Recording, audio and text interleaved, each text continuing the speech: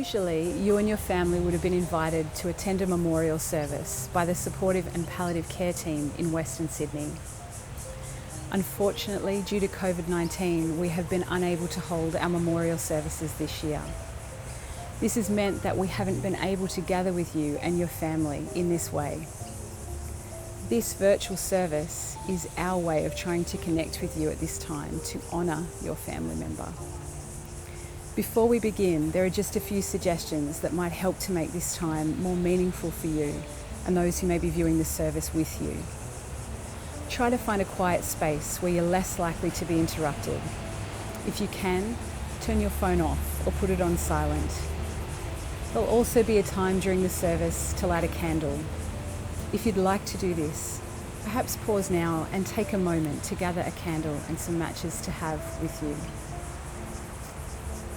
Now we will begin the service.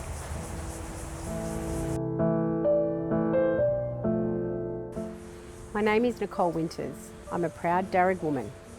I'm currently the Aboriginal Supportive and Palliative Care Worker at Western Sydney Local Health District. I'm honoured to do the Welcome to Country for this memorial service today. Warumi, hello. I'd like to acknowledge we are on Darug country. Darug country takes in everything within the physical, cultural and spiritual landscape. I pay respect to my ancestors, as well as all other elders, past and present, while recognising the strength, capacity and resilience of past and present Aboriginal and Torres Strait Islander peoples. This is Darug country, always was and always will be. Didgeridoo, thank you.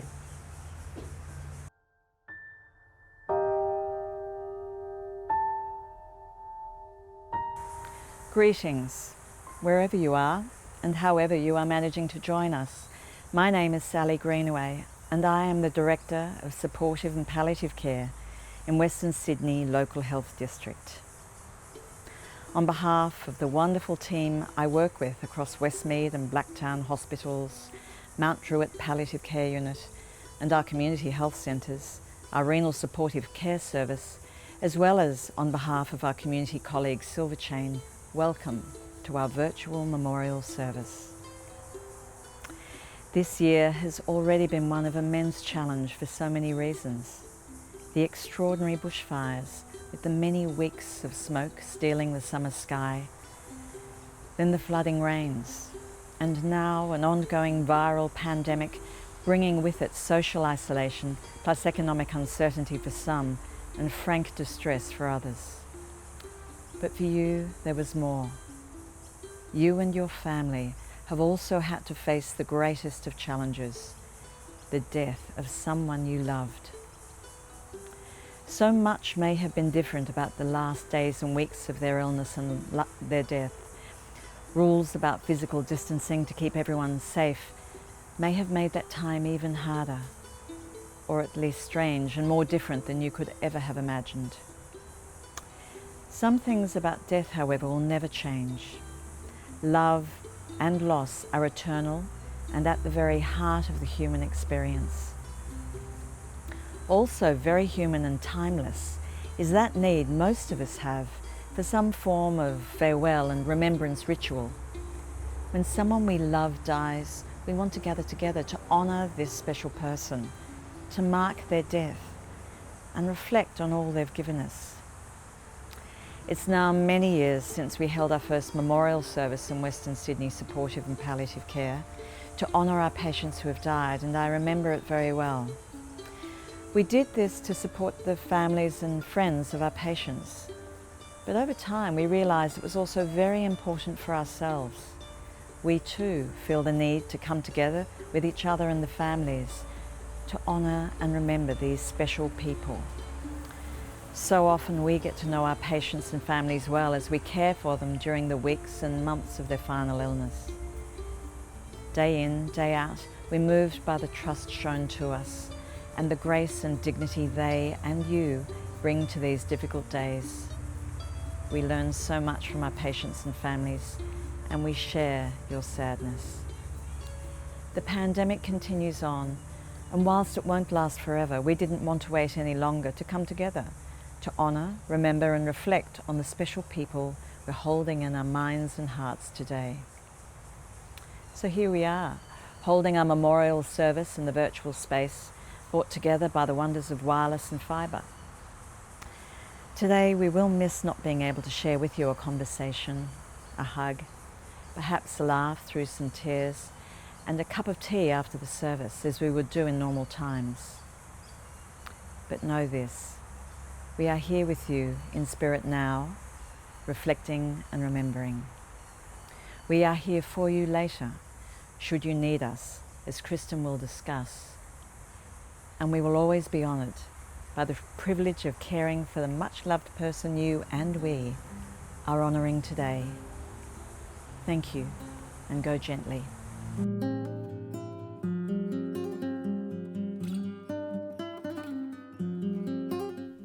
I give you this one thought to keep. I am with you still, I do not sleep. I am 1,000 winds that blow. I am the diamond glints on snow. I am the sunlight on ripened grain. I am the gentle autumn rain. When you awaken in the morning's hush, I am swift uplifting rush of quiet birds in circled flight. I am the soft stars that shine at night. Do not think of me as gone. I am with you still in each new dawn.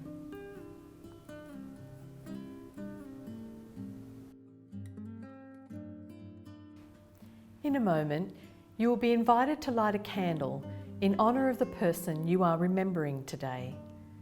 Please have your candle and a match ready. Perhaps hold it in your hands if you would like to.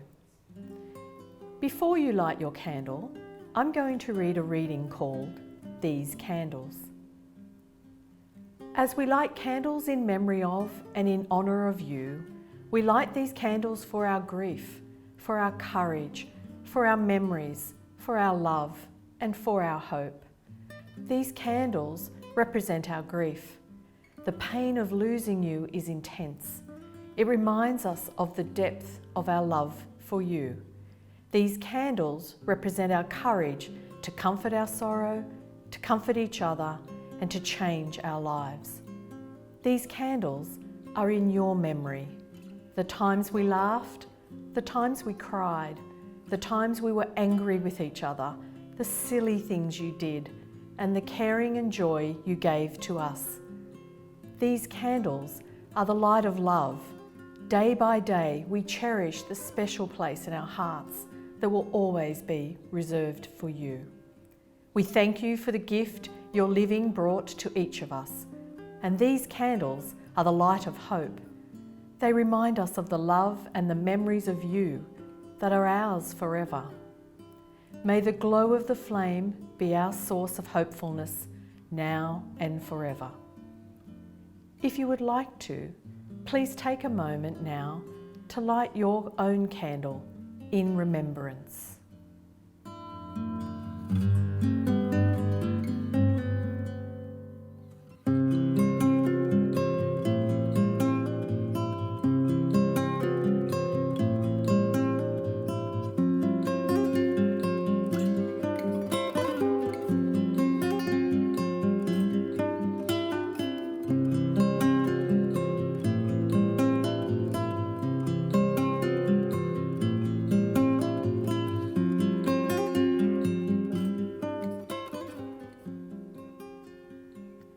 We are now going to light another 3 candles.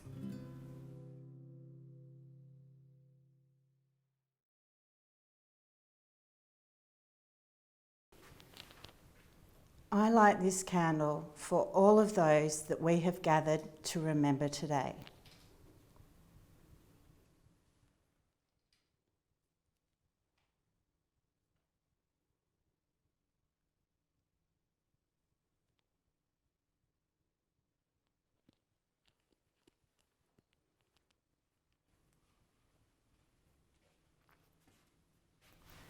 I light this candle for all who are grieving today.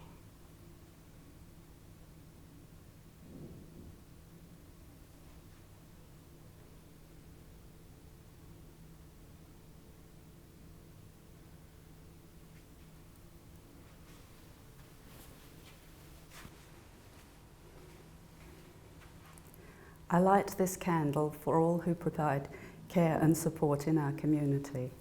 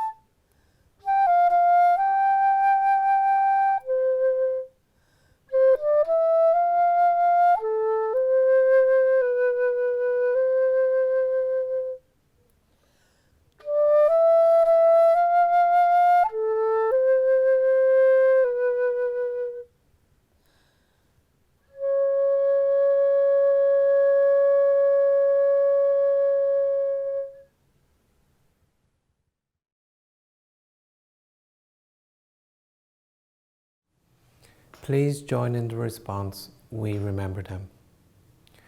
At the rising of the sun and its going down, we remember them. At the blowing of the wind and in the chill of winter, we remember them. At the opening of the buds and in the rebirth of spring, we remember them. At the blueness of the skies and in the warmth of summer, we remember them. At the rustling of the leaves and in the beauty of autumn, we remember them. At the beginning of the year and when it ends, we remember them. When we are weary and in need of strength, we remember them. When we are lost and sick at heart, we remember them. When we have joys we yearn to share, we remember them. So long as we live, they are part of us. We remember them. I'm going to read a reflection written anonymously by a man who had experienced a great deal of personal loss. He wrote, "I wish I could say you get used to people dying. I never did. I don't want to. It tears a hole through me whenever somebody I love dies, no matter the circumstances. But I don't want it to not matter. I don't want it to be something that just passes. My scars are a testament to the love and the relationship that I had for and with that person. Scars are a testament to life, that I can heal and continue to live and continue to love. As for grief, you'll find it comes in waves. When the ship is first wrecked, you're drowning with wreckage all around you. Everything is floating around you. It reminds you of the beauty and the magnificence of the ship that was and is no more. All you can do is float. You find some piece of the wreckage and you hang on for a while. Maybe it's some physical thing. Maybe it's a happy memory or a photograph. Maybe it's a person who is alongside you in the water. For a while, all you can do is float. In the beginning, the waves are 100 feet tall and crash over you without mercy. They come 10 seconds apart and don't even give you time to catch your breath. All you can do is hang on and float. After a while, maybe weeks, maybe months, you'll find the waves are still 100 feet tall, but they come further apart. When they come, they still crash over you and wipe you out. But in between, you can breathe. You can function. You never know what's going to trigger the grief. It might be a song, a picture, a street intersection, the smell of a cup of coffee. It can be just about anything, and the wave comes crashing. But in between waves, there is life. And then he says, somewhere down the line, and it's different for everybody, you'll find that the waves are only 80 feet tall or 50 feet tall. And while they still come, they come further apart. You can see them coming. An anniversary, a birthday, Christmas. You can see it coming, for the most part, and prepare yourself. And when it washes over you, you know that somehow you will, again, come out the other side. Soaking wet, spluttering, still hanging on to some tiny piece of the wreckage, but you'll come out. Take it from an old guy. The waves never stop coming, and somehow you don't really want them to. But you learn that you'll survive them. The images from the reading we just heard are powerful. Images of scars and of waves. These words remind me that to grieve, to be vulnerable in this way, is to be human. It's been said that loss and love are two sides of the same coin, that grief is the price we pay for loving. So wherever there is closeness, wherever there is connection, there will also at some time be grief. Our grief isn't just a task we finish or move on from. It becomes a part of us, but it won't always take up the same space. We tend to hold our grief in a different way over time, in a way that allows us to keep going. Not to forget, but to go forward somehow. And eventually those waves of grief come further apart. They don't completely stop. We don't ever forget, but somehow we come through. Grief might take more energy than you imagined. It might feel wilder than you thought it would. And so I want to encourage you to be compassionate towards yourself as you grieve. To not expect more than is fair to expect of yourself. To be open about your grief. To ask for help and allow yourself to receive it. To let yourself say no to things when you need to. It's been said that the cure for anything is salt water, sweat, tears, or the sea. I think this is about recognizing that we all process our grief in different ways. For some of us, it might be through the sweat of working at something, whether it's our job, whether it's with our hands, or in roles that we have, like parenting or caring for others. For some of us, it might more often be through our tears, our ability and our need to sit with our pain and loss and to express that to others. For some of us, it might be through the sea or any activity or anything that refreshes you and nourishes you, whatever that looks like. However you are doing your grief is okay, whether that's through sweat or tears or the ocean. The times that we're in can increase our uncertainty and our anxiety, especially when we are already grieving. These times call for us to support each other, wherever we are at and however we are coping. If you do feel very overwhelmed or isolated in your grief, or even stuck in that grief, then please know that there is other support. Bereavement counselling is available for you or other family members, now or in the future. There are also other services and supports within our community, as well as good information about coping with grief.